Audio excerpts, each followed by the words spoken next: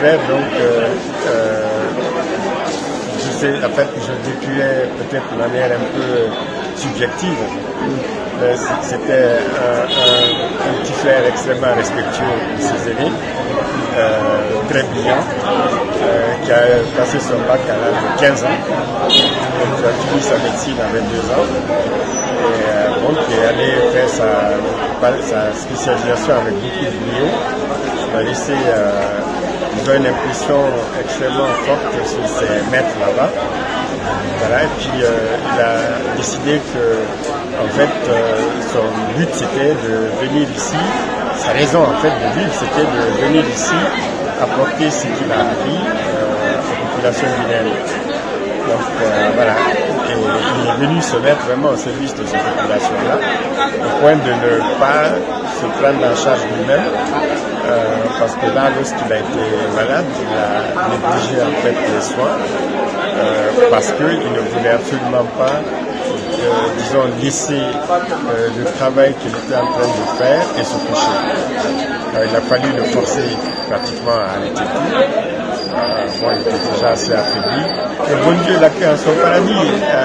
Ça dit, tous les témoignages qu'on a reçus depuis son décès montrent que c'est un homme, bon, on ne va pas dire saint, ça c'est le bon Dieu seul qui le sait, mais en tout cas qui bénéficiera, je souhaite, je prie pour cela, de la mansuétude et de la miséricorde du bon Dieu, qui, j'espère, l'accueillera dans son paradis éternel. C'est tout ce qu'on peut dire. Je suis médecin, un pur fruit du professeur Nabi Baldé, que j'ai connu en tant qu'étudiant, un de ses premiers étudiants en 1996 après son retour de la France. Et j'ai eu l'occasion ou l'opportunité d'être aussi parmi ses premiers internes en diabétologie, un homme de valeur et humain, rigoureux, travailleur. Ce sont ces valeurs-là que je retiens de lui. J'ai embrassé après la carrière de santé publique, après 18 ans de secours dans plusieurs pays. Le professeur Nabi m'a encouragé à retourner dans mon pays. Et à mon retour cette année, il y a 8 mois, il m'a pris sous ses épaules encore, m'a confié d'ailleurs la clé de son bureau. Et hélas, le décès m'a trouvé dans son bureau.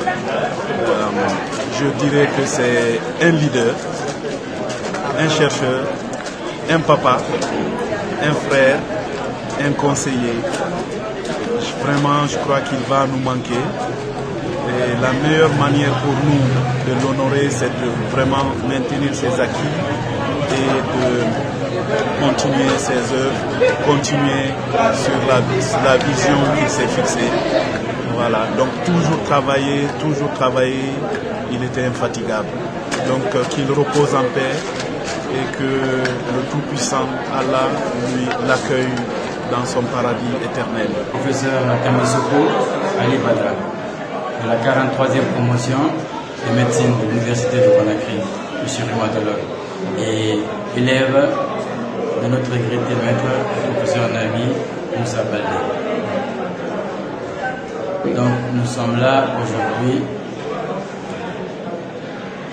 au nom de notre promotion, la 43e promotion de médecine de l'Université de Conakry, et en notre nom propre pour continuer à partager cette douleur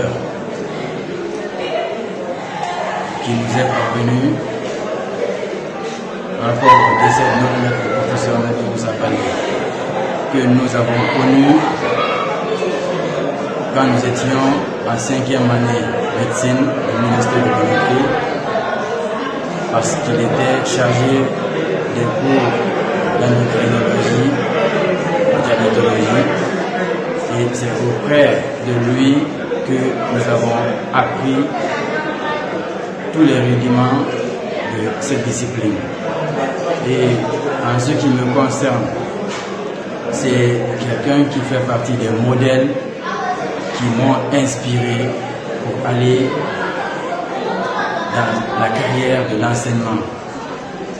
Et c'est pour nous une grande surprise et une grande douleur.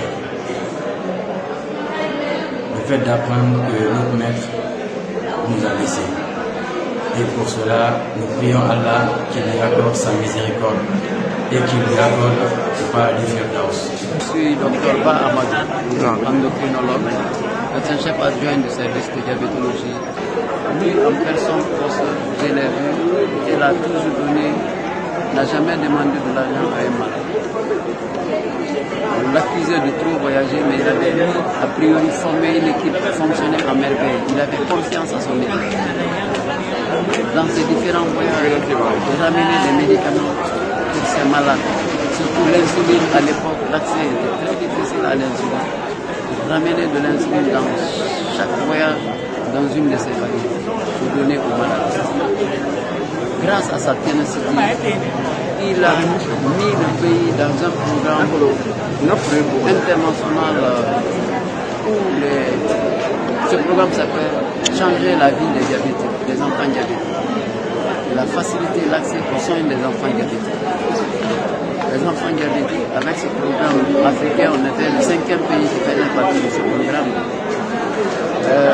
Les enfants diabétiques, vous savez, les enfants diabétiques, c'est les enfants qui dépendent de l'insuline. S'ils sont en rupture de l'insuline, 2 ou 3 jours après, c'est le coma et malheureusement d'autres mourraient. Mais dans ce programme, on a la possibilité de donner gratuitement de l'insuline à nos enfants. Ils ont les lecteurs, les moyens de contrôle aussi gratuitement, les lecteurs de glycémie avec les partenaires. Ils sont dans ça. Au jour d'aujourd'hui, on avait commencé avec quelques programmes. Le programme se trouve autour de 800 et quelques enfants diabétiques. Le professeur, malheureusement, ces derniers temps, il a reçu un coup de fatigue qui, malheureusement, lui a été fatal. On ne s'attendait pas à sa mort aussi précocement. Il a laissé un prix dur pour l'accueillir dans son paradis. Paix, que son nom repose en paix. Et il a laissé l'équipe, je crois, dynamique. Nous, la meilleure façon de le rendre compte, c'est de pérenniser les acquis avec nous. Nous sommes habitués à travailler en équipe. On va maintenir la solidarité. On va pousser, et je vous rassure, le soin et la prise en charge des patients diabétiques. On ne cessera pas de travailler dessus. Et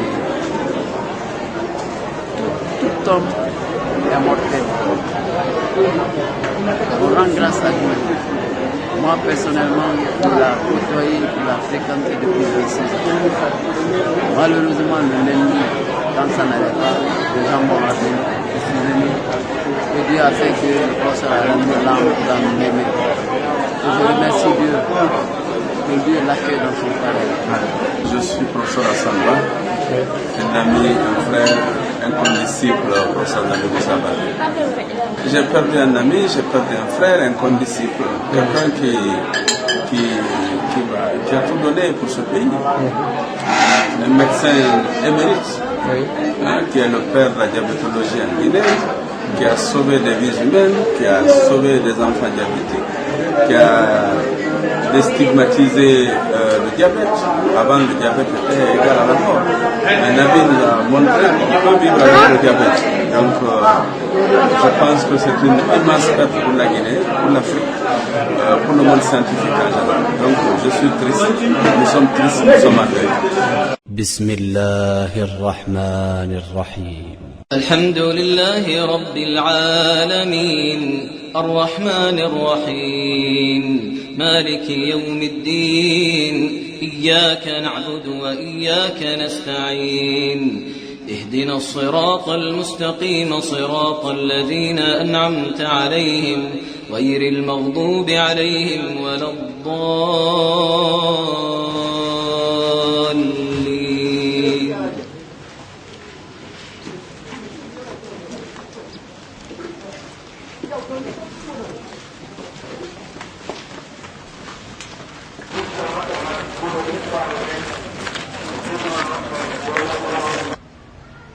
Allahu Akbar. Allahu Akbar.